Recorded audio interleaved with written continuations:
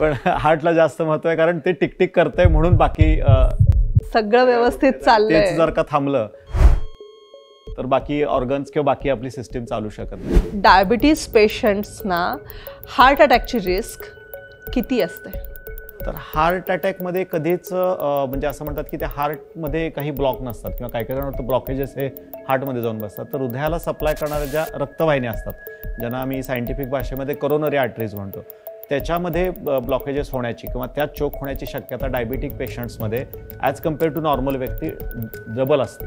म्हणजे प्रत्येक दुसरा डायबिटिक पेशंट्स हा हायपरटेन्शनचा किंवा हृदय म्हणजे ज्याला म्हणतो ना आपण ब्लड प्रेशर वाढण्याचा, आणि ब्लड प्रेशर वाढल्यामुळं हृदयविकाराचा किंवा हार्ट अटॅकचा धोका प्रत्येक अल्टरनेट पेशंटला आहे. सो त्याचा जो धोका आहे तो दुपटीनं वाढतो डायबिटिक पेशंट्समध्ये इफ त्यांनी काळजी नाही घेतली तर. हार्ट अटॅकचे सिम्पटम्स डायबिटीज पेशंट्समध्ये काही वेगळे दिसतात का? डायबिटिक पेशंट्समध्ये अनफॉर्च्युनेटली डायबिटिक पेशंट्सच्या बाबतीत असिम्प्टमॅटिक असतात, म्हणजे त्यांना लक्षणच दिसत नाही. आपण ऐकलेलं असतं की डायबिटिक पेशंट्समध्ये हृदयरोग किंवा हायपरटेन्शन किंवा हार्ट अटॅक हे सायलेंट किलर मानलं जातं. बरोबर. त्याचं कारण असं आहे की डायबिटीस आपल्या नसांना किंवा नर्व्हजना अफेक्ट करतो. डॉक्टर, अशा कुठल्या 3 मिस्टेक्स आहेत ओके जनरली तुम्ही ऑब्झर्व केलं असेल की जे डायबिटीज पेशंट्स करतात त्यामुळे त्यांना हार्ट डिसीज किंवा त्यांच्या हार्टवर डायरेक्टली इम्पॅक्ट होतो? कुठल्या 3 मिस्टेक्स? कुठल्या 3 मिस्टेक्स असं म्हणता येणार नाही की बाबा ओव्हरऑलच डायबिटिक पेशंटला किंवा पर्टिक्युलरली जेव्हा बिईंग अ डॉक्टर तो आमच्याकडे येतो तर आम्ही त्याला ऑलरेडी अवेअर करतो की तुला बाबा फक्त डायबिटीसच हे बघायचं नाही, तर यू शुड लुक फॉर की माझं बाकी कुठलं शरीर कॉम्प्लिकेशन्समध्ये जात नाही आहे. तर सगळ्यात पहिल्यांदा डायबिटीस जेव्हा होतो त्यावेळेला मला माझी डायबिटीसची ट्रीटमेंट सुरू करत असताना हार्ट हेल्थबद्दल जागरूक झालं पाहिजे, हे दोघांनीही सांगणं गरजेचं आहे.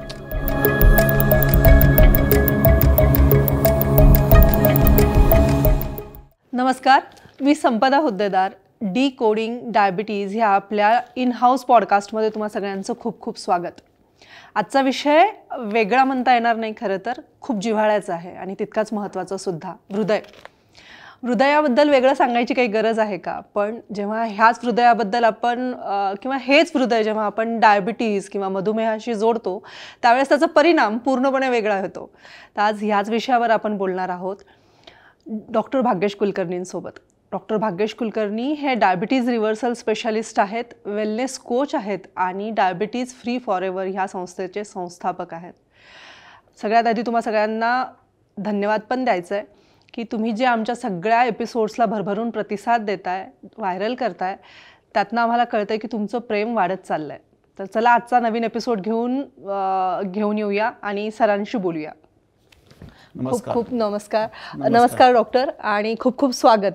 जसं मी आत्ता म्हणाले की आजचा एपिसोड महत्त्वाचा आहे, जवळचा पण आहे. हृदय म्हटलं की माझ्या पण जवळचा विषय आहे, कारण मधुमेह तज्ज्ञ किंवा डायबेटॉलॉजीमध्ये स्पेशलायझेशन करण्याच्या अगोदर माझं जे पहिलं प्रायमरी स्पेशलायझेशन आहे ते प्रिव्हेंटिव्ह कार्डिओलॉजीमध्ये. त्यामुळे खऱ्या अर्थाने काय म्हणू शकतो हा जास्त हृदयाशी जवळ असलेला टॉपिक आहे आणि हार्टवर बोलायला तसं पण सगळ्यांना आवडतं, सगळ्यांनाच आवडतं. इव्हन बॉलिवूड, मी कधी कधी मजेमध्ये म्हणतो की बॉलिवूड मूव्हीजमध्ये सगळ्यात जास्त जर का गाणी कुठली आहेत तर ती दिलवरती आहेत किंवा हृदयावरती आहेत. तसं बघायला गेलं तर लिव्हर किडनी एखादं गाणं डिझर्व करत होतं.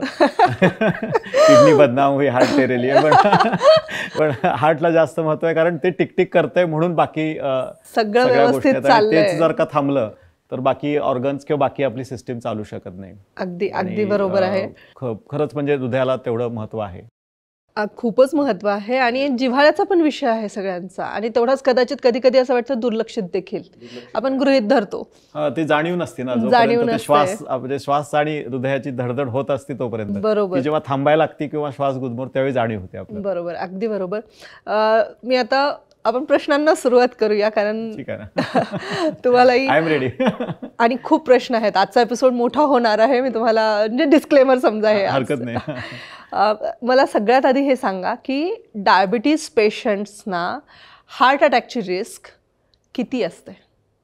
हार्ट अटॅकची रिस्क किती असते तर असं म्हणेन की हार्ट अटॅकची रिस्क ही डायबिटीसच नाही, कुठल्याही लाईफस्टाईल डिसऑर्डर जेव्हा येतो तर त्याचा डायरेक्ट और इनडायरेक्ट इम्पॅक्ट हृदयाच्या हेल्थवरती होत असतो. आणि बऱ्याच जणांना काय वाटतं की हार्ट अटॅक म्हणजे हार्टला अटॅक येतो. बरोबर. हार्ट अटॅकमध्ये कधीच म्हणजे असं म्हणतात की त्या हार्टमध्ये काही ब्लॉक नसतात किंवा काही काही जणांना ब्लॉकेजेस हे हार्टमध्ये जाऊन बसतात. तर हृदयाला सप्लाय करणाऱ्या ज्या रक्तवाहिन्या असतात, ज्यांना आम्ही सायंटिफिक भाषेमध्ये करोनरी आर्टरीज म्हणतो, त्याच्यामध्ये ब्लॉकेजेस होण्याची किंवा त्या चोक होण्याची शक्यता डायबिटिक पेशंट्समध्ये ॲज कम्पेअर टू नॉर्मल व्यक्ती डबल असते. म्हणजे प्रत्येक दुसरा डायबिटिक पेशंट्स हा हायपरटेन्शनचा किंवा हृदय म्हणजे ज्याला म्हणतो ना आपण ब्लड प्रेशर वाढण्याचा आणि ब्लड प्रेशर वाढल्यामुळं हृदयविकाराचा किंवा हार्ट अटॅकचा धोका प्रत्येक अल्टरनेट पेशंटला आहे. सो त्याचा जो धोका आहे तो दुपटीनं वाढतो डायबिटिक पेशंट्समध्ये इफ त्यांनी काळजी नाही घेतली तर. असं काही नाही की तुम्हाला डायबिटीज आहे म्हणजे तुम्हाला हार्ट अटॅक येणारच. बऱ्याच जणांचं काय असतं की आम्हाला हार्ट अटॅक येणारच, किंवा खूप सारे पेशंट्स जेव्हा येतात ते म्हणतात की माझ्या आजोबांना असा त्रास झाला होता, माझ्या काकांना असा त्रास झाला होता, त्यांना डायबिटीस होता. पण त्याच्यामागे त्यांनी हे लक्षात घेणं गरजेचं आहे की त्यांनी ती योग्य काळजी नाही घेतली. तुम्ही जर का योग्य काळजी घेतली तर हा धोका तुमचा टळू पण शकतो. असं काही नाही की आलाच पाहिजे. पण धोका आहे म्हणजे पर्टिक्युलरली आपण हे मान्य करणं अपेक्षित आहे का की डायबिटीस पेशंटची रिस्क ही दुपटीने वाढते काळजी नाही घेतली, त्यांचा डायबिटीस नियंत्रणात नाही ठेवला तर मग नियंत्रण न ठेवणाऱ्या किंवा काळजी न घेणाऱ्या सो कॉल्ड त्यांच्यामध्ये एव्हरी अल्टरनेट अशा डायबिटिक पेशंट्सला धोका आहे. म्हणजे तो छापाकाटासारखा आहे म्हणू शकतो आपण. ओके. आणि हार्ट अटॅकचे सिम्पटम्स डायबिटीज पेशंट्समध्ये काही वेगळे दिसतात का? डायबिटिक पेशंट्समध्ये अनफॉर्च्युनेटली डायबिटिक पेशंट्सच्या बाबतीत असिम्प्टमॅटिक असतात, म्हणजे त्यांना लक्षणच दिसत नाहीत. म्हणजे आपण ऐकलेलं असतं की डायबिटिक पेशंट्समध्ये हृदयरोग किंवा हायपरटेन्शन किंवा हार्ट अटॅक हे सायलेंट किलर मानलं जातं. बरोबर. त्याचं कारण असं आहे की डायबिटीस आपल्या नसांना किंवा नर्व्हजना अफेक्ट करतो. मला एखाद्या ठिकाणी वेदना झाली तर मला ती कुठं काही लागलं खुपलं तर मला ती वेदना होती, मला ते पेन होतं, त्यामुळे मला कळतं. रस्त्यावरून चालायला लागलोय, मला एखादा दगड लागला हे लागला तर माझ्या पायाला ती वेदना होती, मला कुणी तर टोचलं तर मला ती वेदना होती. डायबिटिक पेशंट्समध्ये हे जर का त्यांच्यामध्ये न्यूरोपॅथी डेव्हलप झाली असेल आणि त्यांच्या नसांवर परिणाम झाला असेल, पर्टिक्युलरली दोन पद्धतीच्या नसा किंवा नर्व्हज आपल्यामध्ये असतात. एक असतात पेरिफेरल म्हणजे ज्या बाहेरच्या ठिकाणी सेन्सरी आपल्याला काम देतात, आणि दुसरं एक ऑटोनॉमस नर्वस सिस्टीम म्हणून अजून एक प्रकार असतो ऑटोनॉमस, त्याच्यामध्ये नावच आहे ऑटोनॉमस, तो त्याच्या स्वयंप्रेरित पद्धतीनं काम करणार, ही डायरेक्टली तुमच्या ब्रेनशी कनेक्टेड असते. डायबिटिक पेशंट्समध्ये दोन्हीही सिस्टीम वीक होतात. ऑटोनॉमिस नर्वस सिस्टीम जी असते, जी स्वतःच्या स्वतः त्याला कळत असतं की बाबा माझं ब्लड प्रेशर कसं कंट्रोलमध्ये ठेवायचं आहे, बीपी वाढलं तर काय करायचं आहे, आणि सगळ्यात महत्त्वाचं अशा पद्धतीचं काही इमर्जन्सी आली तर ती कशा पद्धतीनं कॉन्कर करायची. अनफॉर्च्युनेटली डायबिटिक पेशंट्समध्ये या दोन्ही सिस्टीम वीक होतात नॉर्मल व्यक्तीपेक्षा. त्यामुळं त्यांना हार्ट अटॅक आलेली जे सेन्सेशन आहे, मला छाती दुखल्यावर कळणार ना, किंवा मला ती पर्टिक्युलर पेन झाली दुखलं तर मला ते कळणार, ते डायबिटिक पेशंटमध्ये होतच नाही. त्यामुळे ते डायरेक्टली कोलॅप्स होतात आणि मग ICU मध्ये ऍडमिट केल्यानंतर ECG काढल्यानंतर त्या लक्षात येतं की हार्ट अटॅक येऊन गेलेला आहे. त्यामुळं हार्ट पेशंट्सना आणि डायबिटिक पेशंट्सना हे जास्त केअरफुली आपल्याला लक्ष ठेवायला लागतं. तरीही काही लक्षणं आपल्याला थोडे दिवस हार्ट दाखवतं अगोदर, जसं हातापायांवर सूज येणं, अर्ली सायन्स असतात, 100% अर्ली सायन्स असतात. की सगळ्यात महत्त्वाचा जो असतो की जरा जास्त वेळ एका ठिकाणी बसलो आपण किंवा थोडा प्रवास झाला की त्यांच्या पायावर नॉर्मलपेक्षा जास्त सूज राहते, सकाळी चेहऱ्यावर सूज असते, डल फिलिंग राहतं, म्हणजे नॉर्मलपेक्षा जास्त उत्साह ह्याच्यामध्ये राहत नाही. पोटामध्ये गॅस झाल्यानंतर ज्या पद्धतीचं असतं त्या पद्धतीनं पोट जड वाटणं, स्लगिशनेस रेग्युलर ऍक्टिव्हिटीमध्ये, किंवा ब्रेथलेसनेस ज्याला आपण म्हणतो की एक 5-6 किंवा 10-12 स्टेप्स चढल्या की लगेच सास फुलायला लागते किंवा दम लगेच लागायला लागतो. हे काही लक्षणं शरीर त्या केसमध्ये दाखवतं.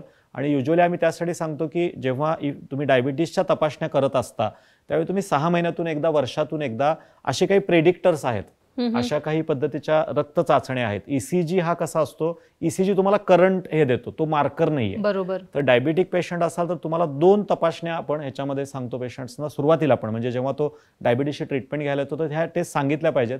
अनफॉर्च्युनेटली फक्त त्याला लिपिड प्रोफाईल सांगितला जातो आणि लिपिड प्रोफाईल ओके आहे, ट्रायग्लिसराईड आणि कोलेस्ट्रॉलच्या पुढे गणितच जात नाही. तर ऍक्च्युली एक सोपा मार्कर जो लिपिड प्रोफाईलमध्ये येतो त्याला LDL कोलेस्ट्रॉल म्हणतात, खराब कोलेस्ट्रॉल. हा एक मार्कर आहे की LDL कोलेस्ट्रॉल जर का माझं एका ठराविक प्रमाणापेक्षा जास्त वाढला असेल, म्हणजे 160-180, तर that is again a cardiac marker की तुम्हाला रिस्क जास्त आहे. त्याच्यापेक्षाही जास्त स्ट्रॉंग जर का कुठला प्रेडिक्टर असेल तर तो HSCRP, ज्याला आम्ही म्हणतो highly sensitive C reactive protein. जसं एखाद्याला संधिवात किंवा आजच्या काळामध्ये ते चिकनगुनिया किंवा कुठलं इन्फेक्शन झालं की आपल्या CRP लेवल वाढतात, सी रिॲक्टिव्ह प्रोटीन. ते शरीराची एक रिॲक्शन असती म्हणून त्याला सी रिॲक्टिव्ह प्रोटीन म्हणतात. ही जर का माझ्या रक्तवाहिन्यांच्या आतमध्ये असेल, पर्टिक्युलरली करोनरीज किंवा हृदयाला सप्लाय करणाऱ्या ज्या रक्तवाहिन्या असतात किंवा हृदयापासून बाहेर पडणाऱ्या ज्या आर्टरीज असतात, त्या जर का आतून त्यांना सूज आली असेल, आतून त्यांच्यामध्ये इन्फ्लमेशन असेल, त्यांच्यामध्ये जर का आपल्या रक्तामध्ये जर का गाढापण किंवा थिकनेस वाढला असेल, तर हा HSCRP नावाचा मार्कर वाढलेला असतो. नॉर्मली तो 1% पेक्षा कमी पाहिजे. मी कित्येक डायबेटिक पेशंट्समध्ये हा मार्कर 50, एक तर मी सोलापूरचे पेशंट होते, त्यांचा 92 होता, कॅन यू बिलीव्ह इट, 92, आणि तो रिलॅक्स होता पेशंट. म्हणजे they are on a Verge of getting heart attack. म्हणजे अनफॉर्च्युनेटली याचा प्रॉब्लेम कसा आहे की आपल्याला आदल्या दिवशी फोन येत नाही की उद्या तुम्हाला हार्ट अटॅक येणार आहे, कुठले सिम्पटम आदल्या दिवशी बॉडी दाखवत नाही. पण तुम्ही जर का 6 महिन्यातून एकदा, वर्षातून एकदा जेव्हा जेव्हा तुमची डायबिटीसची तपासणी करताय, त्यावेळेला हे मार्कर, तुमचं LDL कोलेस्ट्रॉल किती आहे, HSCRP किती आहे, अजून एक मार्कर खूप क्लासिकली आणि जो बऱ्याच वेळा दुर्लक्षित आहे, त्याला होमोसिस्टिन असं म्हणतात. होमोसिस्टिन जर का तुमचं वाढलं असेल, नॉर्मली ते 1 ते 10 पर्यंत कन्सिडर केलं जातं की ठीक आहे त्याच्या लेवल. 10 ते 20 मध्ये असेल तर त्याला माइल्ड होमोसिस्टेनिमिया म्हणतात. आणि 20च्या वर असेल तर तुमची कार्डियकची जी रिस्क आहे ती 3 फोल्डनी वाढते. त्याच्यातली HSCRP माझं वाढलेलं आहे तर ती 2 फोल्डनी वाढते. सो माझे जर का तिन्ही पॅरामीटर वाढलेत, LDL पण माझं वाढलेलं आहे, माझं HSCRP पण वाढलेलं आहे आणि माझं होमोसिस्टिन पण वाढलेलं आहे, then it's a clear cut indication की तुमच्यात अंडरलाईंग हार्ट डिसीज डेव्हलप व्हायला लागलेला आहे. आणि दिस नाही डेव्हलप व्हायला लागलंय. Okay, so you need to take immediate actions on this thing. So हे काही प्रेडिक्टर्स आहेत. तर तुम्ही लक्षणांची वाट बघण्यापेक्षा तुम्ही जर का थोडासा चेकअप किंवा या गोष्टी जर का ह्याच्यामध्ये ऍड केल्यात रेग्युलर, ज्या थोडं पुढे जाऊन प्रत्येक मॉनिटर करायला लोक ECG कॉमनली इलेक्ट्रोकार्डिओग्राम माझा ओके आहे, माझं कोलेस्ट्रॉल ओके आहे, माझं BP नॉर्मल आहे, या तपासण्या इम्पॉर्टंट आहेत. पण ह्या कशा आहेत की जस्ट वरवरच्या तपासण्या, ते करंट कंडिशन देतात. अंडरलाईन जे माझं डेव्हलप व्हायला लागले त्यासाठी या गोष्टी महत्वाच्या आहेत. Okay, great. तुम्ही आता एक फार महत्त्वाचा मुद्दा सांगितलाय की हार्ट डिसीजचं प्रमाण जास्तच आहे डायबेटिक पेशंट्समध्ये, आणि त्याच पद्धतीने सांगितलं की ते मॉनिटर करणं तितकंच अपेक्षित आहे की जे होत नाही. ओके, तर आता मला हे सांगा की डायबिटीज असणाऱ्या पेशंट्सना हार्ट डिसीज आणि डायबिटीज नसणाऱ्या पेशंट्सना हार्ट डिसीज ह्यामध्ये किती फरक आहे? त्या प्रश्नाचं उत्तर द्यायच्या अगोदर मी थोडंसं सगळ्यांनाच म्हणजे आणि करेक्ट करू इच्छितो की हार्ट डिसीज ही डिफरंट गोष्ट आहे. बरं, हायपरटेन्शन ही वेगळी गोष्ट आहे आणि हार्ट अटॅक ही वेगळी गोष्ट आहे. ओके, बऱ्याच जणांना काय वाटतं की हायपरटेन्शन म्हणजे वाढणारं ब्लड प्रेशर, हार्ट अटॅकलाच हार्ट डिसीज कनेक्ट म्हणजे हार्ट डिसीज हा जरुरी नाहीये की डायबिटीसशीच रिलेटेड असायला पाहिजे. जसं ज्याला कंजेनेटल, एखाद्याच्या हृदयामध्ये होल आहे, लहानपणापासून असतं, तर त्याला डायबिटीसचं आणि याचं काही देणं घेणं नाही. एखाद्याला रुमॅटिक हार्ट डिसीज असतात, म्हणजे जसं आपल्याला रुमॅटिक आर्थरायटिस असतो तसं त्यांना ते रुमॅटिक किंवा ते जे इन्फेक्शन आहे ते हृदयाच्या झडपांना होतं. काही काही जणांना वॉलचा प्रॉब्लेम असतो. सो हे सगळे हार्ट डिसीज मध्ये इन्क्लुडेड आहेत. आणि हा दुसरा जो येतो दॅट इज कॉल्ड एज व्हॅस्क्युलोपॅथी. म्हणजे एक आहे ते हृदयाला अफेक्ट करणाऱ्या, हृदयामध्येच काहीतरी प्रॉब्लेम आहे, झडपांचा प्रॉब्लेम आहे, स्नायू वीक आहेत, किंवा ते सर्क्युलेशन मध्ये होत नाही, किंवा तो वॉलच व्यवस्थित काम करत नाही, जन्मजातच म्हणजे त्या ह्याच्यामध्ये. आणि आपण ज्याच्याबद्दल बोलतोय त्याला म्हणतात व्हॅस्क्युलोपॅथी. व्हॅस्क्युलोपॅथीला सोप्या ह्याच्यात म्हणायचं धमन्यांशी रिलेटेड किंवा सर्क्युलेशन मध्ये कुठेतरी गडबड होती आणि त्यामुळं हृदयाकडे येणारा ब्लड सप्लाय आणि हृदयाकडनं जाणारा ब्लड सप्लाय ह्याच्यामध्ये हे होतं. सो डायबिटिक पेशंट्समध्ये हार्ट डिसीज ॲज सच एवढे होत नसतात, डेव्हलप्ड होत नाही, ते अगोदर असू शकतात. त्याला हार्ट डायबिटिक असल्यामुळं एक्झिस्टिंग मला हार्ट डिसीज असेल तर तो वर्सन होऊ शकतो किंवा तो खराब होऊ शकतो. पण डायबिटीसमुळं पर्टिक्युलरली व्हॅस्क्युलोपॅथी वाढते. तुमच्या ज्या रक्तवाहिन्या असतात आणि त्यातून वाहणारं रक्त हे चिकट बनतं. त्याच्यामध्ये जर का माझं लक्षात येते का बघ मी काय सांगायचा प्रयत्न करतोय, त्याच्यात जर का ऑलरेडी कोलेस्ट्रॉल आहे, त्यात जर का मला फुफू म्हणजे निकोटीन आणि अल्कोहोलची पण असेल तर त्यात निकोटीनचं पण हे होत नाही, निकोटीन पण डायरेक्ट ब्लड मध्ये मिक्स होतं. म्हणजे माझं खाण्यामध्ये ऑइल पण जास्त आहे, माझ्या खाण्यामध्ये फॅट पण जास्त आहे, त्यात मला निकोटीन पण आहे आणि त्यात मला शुगर पण आहे. काय झालं की हे सगळेजण एकाच मित्र झाले सगळेजण. ते म्हणतात लेट्स पार्टी, म्हणजे कशाला वेगवेगळ्या ठिकाणी जायचं ना. आणि मग ते जेव्हा आपल्या रक्तात जाऊन पार्टी करतात त्यावेळेला आपली पार्टी ICU मध्ये होती. त्याची रिस्क कितीतरी पटीने वाढते, भरपूर पटीनं म्हणजे. आणि हे म्हणजे कसं होतं की एकाला एक ऍड होत जातं. आणि निकोटीन आणि शरीरामध्ये वाढलेलं कोलेस्ट्रॉल असेल किंवा हे LDL कोलेस्ट्रॉल आपण जे म्हणतो, ट्रायग्लिसराइड्स म्हणतो, हे पण चिपचिपित आहे. त्याच्यामध्ये प्लस जर का मी रिफाईन फूड पण खातोय त्यात अजूनही सॉल्ट आलं, सो मला ब्लड प्रेशर पण आहे, माझ्या ह्याच्यामध्ये मला ॲडिक्शन पण आहे आणि त्यात माझं हे पण होत नाही आहे, म्हणजे शुगर पण माझी कंट्रोलमध्ये होत नाही आहे. हे म्हणजे काय म्हणू शकतो आपण, दुष्काळात 13वा आला. 13वा महिना. ओके. खरंच ते म्हणजे वाईट परिस्थिती होती आणि ह्याच्यावरती अर्ली काम करणं गरजेचं असतं आणि त्यामुळं हे वाढू शकतं. सो डेफिनेटली मी असं म्हणेन की हार्ट डिसीजपेक्षा सुद्धा व्हॅस्क्युलोपॅथी होण्याची शक्यता डायबिटिक पेशंट्समध्ये जास्त असते आणि त्यासाठी त्यांना सांगितलं जातं की तुम्ही ब्लड प्रेशर कंट्रोलमध्ये ठेवा, तुम्ही स्मोकिंग किंवा या गोष्टींपासून लांब राहावा आणि तुमचा शुगर पण तुम्ही त्याच्याबरोबर कंट्रोल करा. डॉक्टर, तुम्ही जे आता सांगितलं ते मला कळलं की ब्लड शुगर लेवल वाढली की तुमच्या हार्टला प्रॉब्लेम येणारच. तर मला आता साधा सरळ सांगा की मी जर ह्या ब्लड शुगर लेवल्स कंट्रोलमध्ये ठेवल्या तर मला हार्ट अटॅकची रिस्क मी कमी करू शकते का? मी असं म्हणेन की ह्याचं उत्तर येस पण आहे आणि नो पण आहे. बरं, म्हणजे कसं काय की ब्लड शुगर वाढल्यामुळं रिस्क वाढतेय, बरोबर, हे एकदम परफेक्ट आहे. हो. पण तुम्ही ब्लड शुगर तुमची कुठल्या मार्गाने कमी करताय ह्याच्यावरती ते डिपेंड आहे. बरं, मग मी काय परत एकदा रिपीट करतो, कुठल्या मार्गाने आपल्याला साखर कमी करायची आहे. हो. माझ्या रक्तात साखर वाढली, माझी व्हॅस्क्युलोपॅथी वाढली, हे बरोबर आहे, पण मी कमी करण्यासाठी कुठला मार्ग स्वीकारतोय. म्हणजे काय, मी जर का एक सोपा आणि टेम्पररी सोल्युशन्सच्या मागं लागलो आणि मी फक्त गोळ्यांचा भडीमार करून, औषधांचा भडीमार करून मी माझी शुगर कमी करतोय, तर ती रिस्क तेवढी कमी होत नाही, ती रिस्क पोस्टपोन होती.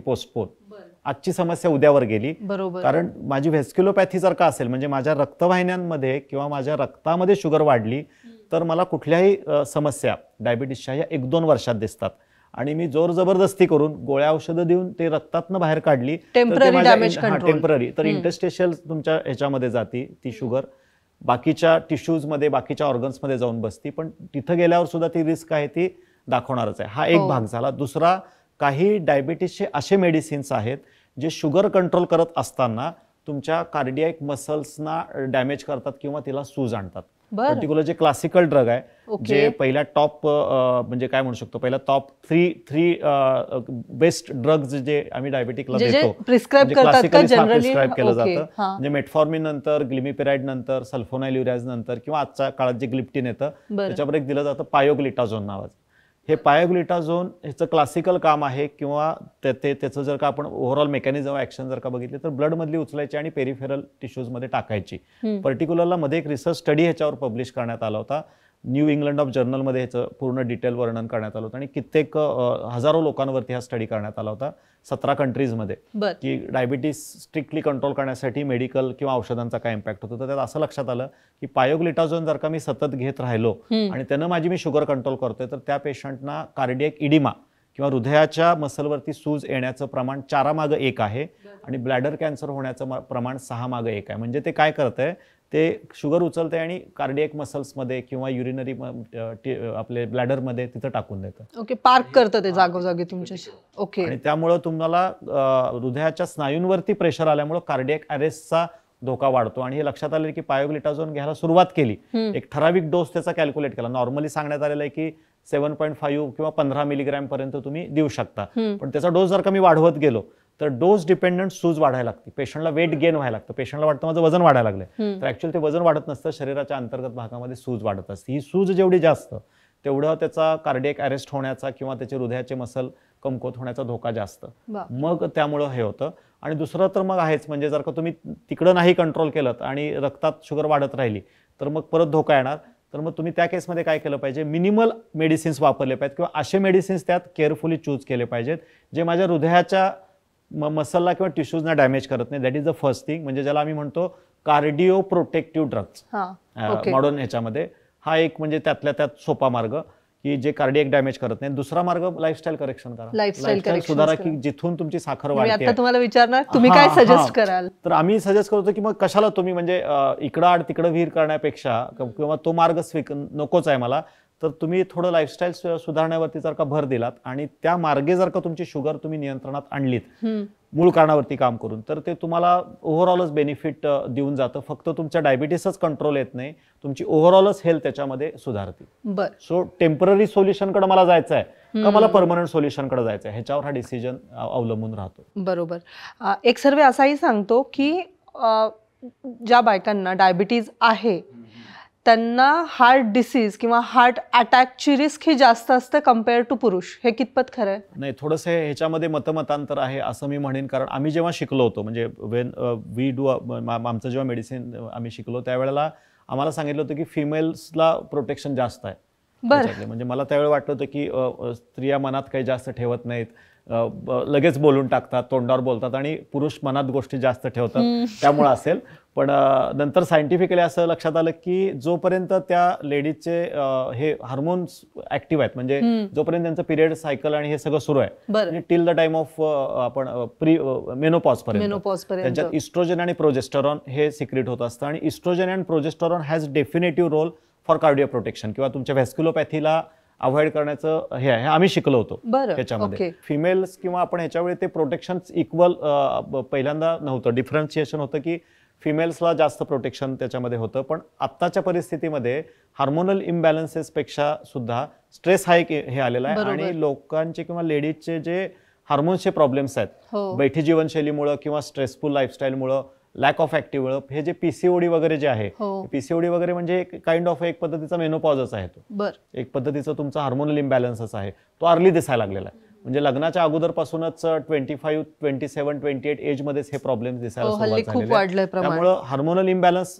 अर्ली एज मध्ये लेडीज मध्ये दिसायला लागलेला आहे. दुसरी गोष्ट, प्रेग्नन्सी लेट होत चाललेलं आहे. म्हणजे प्रेग्नन्सी पर्पजफुली किंवा पर्पजफुली 32व्या वर्षी सगळं पहिला सेटल करू, म्हणजे मी पहिला सेटल करू, मग त्यावेळेला मग प्रेग्नन्सी नाही राहिली की मग मला परत हार्मोनच्या पिल्स घ्याव्या लागतात किंवा मला IVF वगैरे करायला लागतं. त्याचा परत तुमच्या कार्डियक हेल्थ, निसर्गाच्या विरुद्ध आपण जातो त्यावेळेला हा कुठेतरी इम्पॅक्ट दिसायला सुरुवात झालेली आहे. त्यामुळे मी असं नाही म्हणणार दोघं इक्वल आहेत आणि रिस्क अशी काही जास्त कमी नाही आहे. जो स्ट्रेस जास्त घेणार तिथं त्याला ती रिस्क तेवढी दिसणार. आता तुम्ही तणाव किंवा स्ट्रेस या शब्दाचा वारंवार उल्लेख केला ज्यावेळेस तुम्ही स्त्रियांच्या डायबिटीज बद्दल किंवा हार्ट डिसीज बद्दल बोलत होतात. आणि स्ट्रेसचा डायबिटीज सोबत अगदी जवळचा संबंध आहे, तसाच हृदयासोबत पण जवळचा संबंध आहे आपण असं म्हणतो. तर हा तणाव डायबिटीज व्यक्तींना आणि डायबिटीज नसलेल्या व्यक्तींना कसा मारक ठरतो किंवा सारखाच मारक आहे का? बेसिकली नाही, तसं नाही म्हणता येणार की सारखाच मारक आहे. कुठलाही पद्धतीचा स्ट्रेस किंवा कुठल्याही पद्धतीचा तणाव हा मारक आहेच. पण पर्टिक्युलरली जर का मी ऑलरेडी डायबिटिक पेशंट असेल तर डायबिटिक पेशंट्सना ती तणाव हँडल करण्याची जी क्षमता असते, बरोबर, ओव्हरऑल आपल्या शरीराची पण आपल्या नर्वची पण, ती एका नॉर्मल व्यक्तीपेक्षा कमी असते. म्हणजे जसं एखाद्या टेन्साईल स्ट्रेंथ आपण म्हणतो, कुठल्याही रबर असतं तर ते रबराला किती ताण द्यायचा हे आपल्याला त्या रबराच्या फ्लेक्झिबिलिटीवरती किंवा त्याच्या टेन्साईल स्ट्रेंथवरती ठरतं. ऑलरेडी जर का मी ते ताणून जर का रबर वीक केला असेल तर ते लवकर तुटणार. बरोबर आहे. तर डायबिटिक पेशंट्समध्ये काय होतं की ऑलरेडी शरीर किंवा माझ्या ज्या सगळ्या सिस्टीम्स आहेत त्या ऑलरेडी प्रेशरमध्ये असतात. बरोबर. त्यात जर का माझ्या आयुष्यात कुठला निगेटिव्ह स्ट्रेस किंवा कुठलाही निगेटिव्ह पद्धतीचा तणाव आला तर ते लगेच तुटतो, लगेच ते तुटायची शक्यता असते. त्यामुळं स्ट्रेस हा डायबिटिक पेशंट्सना दुपटीनं किंवा जास्त अफेक्ट करतो ॲज कम्पेअर टू नॉर्मल व्यक्ती. ओके, हा त्याचा मागं एक लॉजिक असतो. डॉक्टर, अशा कुठल्या 3 मिस्टेक्स आहेत ओके जनरली तुम्ही ऑब्झर्व केला असेल की जे डायबिटीज पेशंट्स करतात त्यामुळे त्यांना हार्ट डिसीज किंवा त्यांच्या हार्टवर डायरेक्टली इम्पॅक्ट होतो? कुठल्या 3 मिस्टेक्स?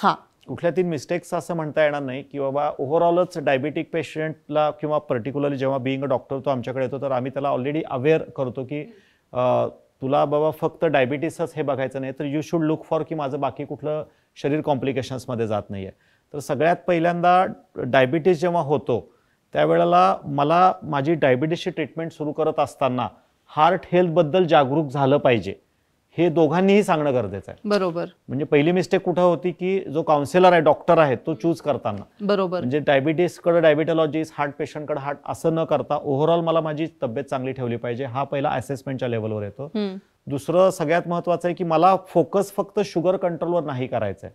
शुगर कंट्रोल करत असताना मला सॉल्ट रिस्ट्रिक्शन किंवा कुठल्याही पद्धतीचं रिफाईन फूड जे माझ्या रक्तवाहिन्यांमध्ये किंवा माझ्या रक्तामध्ये कठीणता वाढवतंय, रक्तकाठिण्य म्हणतो आपण किंवा अथरोस्क्लेरोसिस वाढवतंय, त्या गोष्टींवर मी थोडंसं रिस्ट्रिक्शन आणलं पाहिजे. माझं जे सर्कॅडियन रिदम आहे ते मी चांगल्या पद्धतीनं मेंटेन ठेवणं गरजेचं आहे. रात्री लवकर झोपणं, सकाळी लवकर उठणं आणि दररोज, म्हणजे असं म्हणतात की डायबिटिक पेशंट बऱ्याच वेळाना टू मच कॉन्शियस बनतो. त्याला काय वाटतं की मी डायबिटिकचा पेशंट आहे तर मी एक्स्ट्रा काळजी घेतली पाहिजे आणि मग तो एक्झरसाईज पण खूप जास्त कॉन्शियसली करायला लागतो किंवा तो म्हणतो मी रेस्ट घेतो.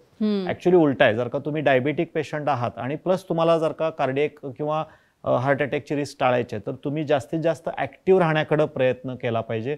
जास्तीत जास्त तुम्ही कार्डिओ एक्झरसाइज पण त्याच्यामध्ये तुम्ही फोकस केले पाहिजे. असं म्हणतात की दररोज जर का मी 35 ते 40 मिनिटाचा थोडासा धाप लागणारा किंवा घाम येणारा एक्झरसाइज जर का केला तर त्या माझ्या ह्याच्यामध्ये इम्प्रूव्हमेंट होऊ शकते. पण त्याच्यामध्ये कन्सिस्टन्सी ठेवायला पाहिजे. डायबेटिक पेशंट्स काय करतात, सुरू करतात उत्साहाने, पण त्याच्यामध्ये कन्सिस्टन्सी त्या पद्धतीने नाही ठेवली जात.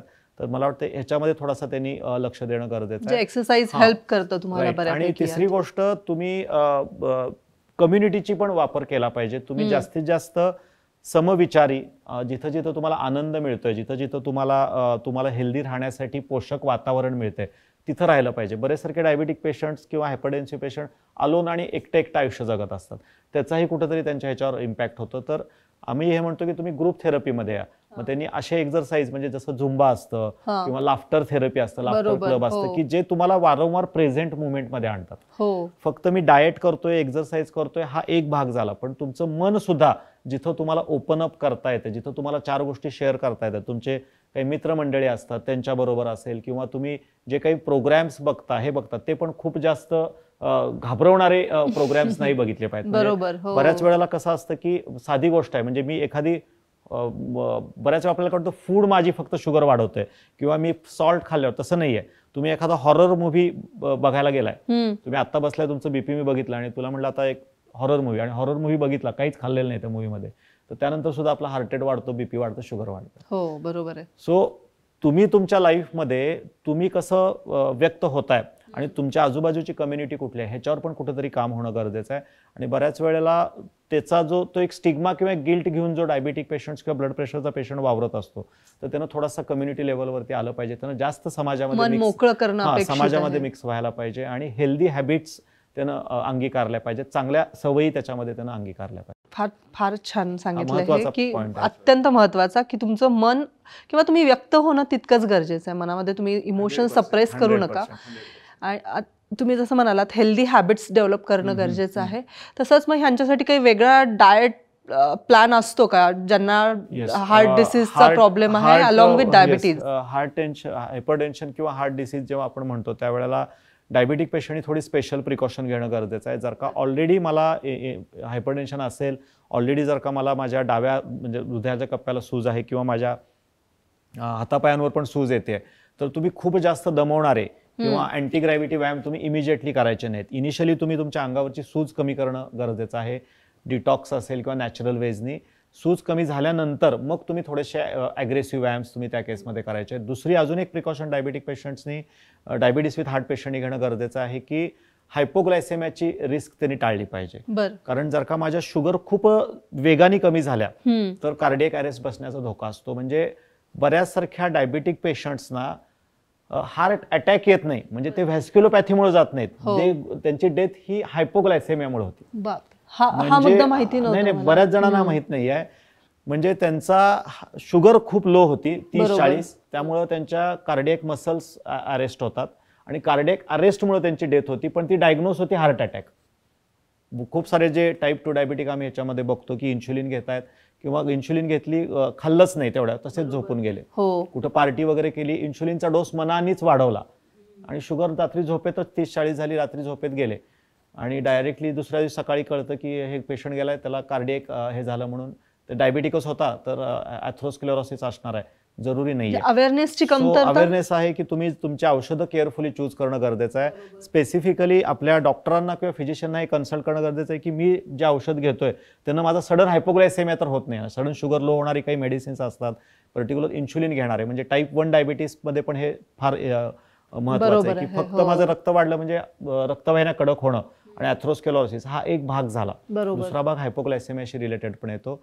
तिसरा महत्वाचा पॉईंट, एक्झरसाइजमध्ये त्यांनी असे व्यायाम करणं गरजेचं आहे जे आपल्या शरीरामध्ये नायट्रिक ऑक्साईड वाढवतात, ज्याला आम्ही पर्टिक्युलरली नायट्रिक ऑक्साईड डंप, म्हणजे ज्याला आपण स्क्वॅट्स म्हणतो, सूर्यनमस्कार त्याच्यामध्ये आलं, बॉडी टॅपिंगची एक्झरसाइज आली, क्लॅपिंग सगळ्यात सोपा, की असे व्यायाम तुम्ही करणं गरजेचं आहे की ज्याच्यामुळं आपल्या शरीरात जिथं जिथं लिम्फ नोड्स आहेत ते लिम्फ नोड रिलॅक्स होतील, आपल्या शरीराची सूज कमी होईल आणि आपल्या रक्तवाहिन्यांमध्ये नायट्रिक ऑक्साईड स्त्रवायला लागेल. बरं. सो अशा पद्धतीचे व्यायाम. आणि सगळ्यात मग महत्त्वाचा प्रश्न येतो की असा काही डाएट आहे का, तर मला जर का डायबिटीस पण आहे आणि मला जर का माझ्या हृदयाची पण हेल्थ चांगली मेंटेन ठेवायची आहे, तर नायट्रिक ऑक्साईड युक्त डाएट पण येतो, ज्याला आम्ही अल्कलाइज किंवा हाय पोटॅशियम, ज्याच्यामध्ये पोटॅशियम जास्त आहे, अशा पद्धतीचा डाएट. आणि हे जे नायट्रिक ऑक्साईड आहे, हे जे पोटॅशियम आहे, ते म्हणजे डॉक्टर 1998 मध्ये डॉक्टर मुराद यांनी फर्स्ट टाइम हे सांगितलं होतं. त्याच्या अगोदर 1995 मध्ये डॉक्टर डी नॉर्निश स्पेक्ट्रम थेरीमध्ये त्यांनी सांगितलं होतं की all types of green vegetables, all types of sprouts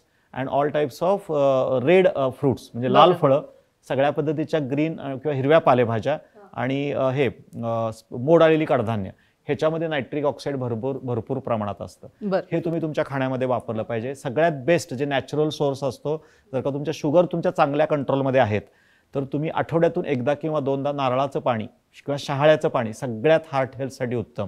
even कुठलाही पेशंट जेव्हा हॉस्पिटलमध्ये ऍडमिट होतो, तर आपण त्याला फळं घेऊन जातो किंवा त्याला आपण नारळाचं पाणी किंवा शहाळ्याचं पाणी किंवा त्याला डिहायड्रेशन झाल्यावर सलाईन जे लावतात, त्या सलाईन मधलं मिश्रण आणि शहाळ्यामधलं मिश्रण सेम असतं. तर ह्या सगळ्या गोष्टींमुळं त्याचं ब्लड अल्कलाईन होतं किंवा शरीर अल्कलाईन होतं. अल्कलाईन बॉडीमध्ये हार्ट अटॅक येण्याची किंवा बीपी वाढण्याची शक्यता खूप कमी असते. सो हा फार महत्त्वाचा पार्ट राहतो की डाएटमध्ये तुम्ही जेवढं फायबरयुक्त पदार्थ वापरणार, जेवढे तंतुमय पदार्थ वापरणार, जेवढं तुमच्या खाण्यामध्ये तुम्ही इलेक्ट्रोलाइट मेंटेन ठेवण्यासाठी शहाळ्याचा वापर करणार किंवा ओलं खोबरं जे युनिव्हर्सली सगळीकडे मिळतं, तर तुम्ही ते तुमच्या डाएटमध्ये वापरलं पाहिजे. वाळलेलं खोबरं किंवा त्याला काय सुकं खोबरं कार्डिओला त्रास करणार आहे, पण ओलं खोबरं कार्डिओ प्रोटेक्टिव्ह आहे. हे जर का तुम्ही वापरलं तर ते तुमच्यासाठी फार फायद्याचं. तुमचं जे ऑइलचं प्रमाण आहे किंवा तेलाचं प्रमाण आहे, ते तुम्ही 50% रिड्यूस करणं गरजेचं आहे. तेलावर पण बऱ्याच जणांचा याच्यामध्ये डिफरन्स ऑफ ओपिनियन येतो. माझं म्हणणं आहे की कुठलंही तेल कढईत पडलं की ते रिफाईंड होतं. लोक म्हणतात ते घाण्यावरचं तेल वापरलं पाहिजे, वापरा, हरकत नाही. किंवा बऱ्याचसारख्या ऍड आपल्याला हे करतात की कोलेस्ट्रॉल फ्री तेल, कोलेस्ट्रॉल कमी करणारं, आणि आपण त्याला भुलतो. तर बेसिकली कुठलंही तेल हे तुम्ही किती प्रमाणात वापरताय ह्याच्यावरती गोष्ट. ते कढईत पडलं, ते तडतडलं की समजायचं ते आपल्याला रिफाईन झालं. त्यामुळे सगळ्यात पहिलं माझं आहे की ठीक आहे, तुम्ही नॉन रिफाईन वापरताय, कच्च्या घाण्यावरचं वापरताय, वापरा, पण तुम्ही तुमची जी क्वांटिटी आहे ती रिड्यूस करणं गरजेचं आहे. आणि ह्याला एक प्रमाण आम्ही कायम सांगतो की घरात जेवढी लोक आहेत त्याला गुणिले पाऊण लिटर करायचं, तेवढं तेल महिन्याला लागलं पाहिजे. म्हणजे 2 वेळा तुम्ही जर का जेवण करत असाल घरात, बाहेर जेवण करत असाल तर अजूनही कमी पाहिजे. मी तर 50%च म्हणेन. म्हणजे तो व्यक्ती जर का 25 दिवस 26 दिवस घरात जेवण करतोय, म्हणजे घरात समजा 4 लोक असतील तर 3.5 ते 4.25 लिटर एवढं तेल तुम्हाला पूर्ण महिन्याभरात लागलं पाहिजे. सो आज घरी गेल्यावर सगळ्यांनी चेक करायचं आहे, म्हणजे माझं हे सेशन बघून, की आपल्या घरात दर महिन्याला तेल किती लागतंय. सो तुम्ही पण चेक करा घरी गेल्यानंतर किती. जर का 3.5 लिटर, म्हणजे तुमच्या घरात किती लोक आहेत आता? आम्ही 3. मग घरी गेल्यावर 2.5 लिटर पेक्षा जास्त जर का तेल घरात लागत असेल, 25 दिवस घरात खाणं गरजेचं आहे का? घरात खा. आणि बाहेरच्या तेलाची तर गॅरंटीज नसते आपल्याला. बऱ्याच वेळा बरेच जण आम्हाला विचारतात की नॉनव्हेज खाऊ का, हे खाऊ का. आम्ही म्हणतो पहिलं घरचं खायला सुरुवात करा आणि घरातलं तेल तुम्ही हे करा, मग बघू आपण नॉनव्हेज कुठं खायचं. ऍटलिस्ट बाहेरच्या पदार्थांची आपण गॅरंटी नाही देऊ शकत. ते किती वेळेला, म्हणजे ते रिफाईंड का आहे का रियूज्ड आहे, बरोबर, दोनच ऑप्शन आहेत. आयदर ते रिफाईंड असतं किंवा रियूज्ड असतं. हा पण एक खूप महत्वाचा फॅक्टर आहे. खूप महत्त्वाचेच आज मुद्दे सांगितले तुम्ही.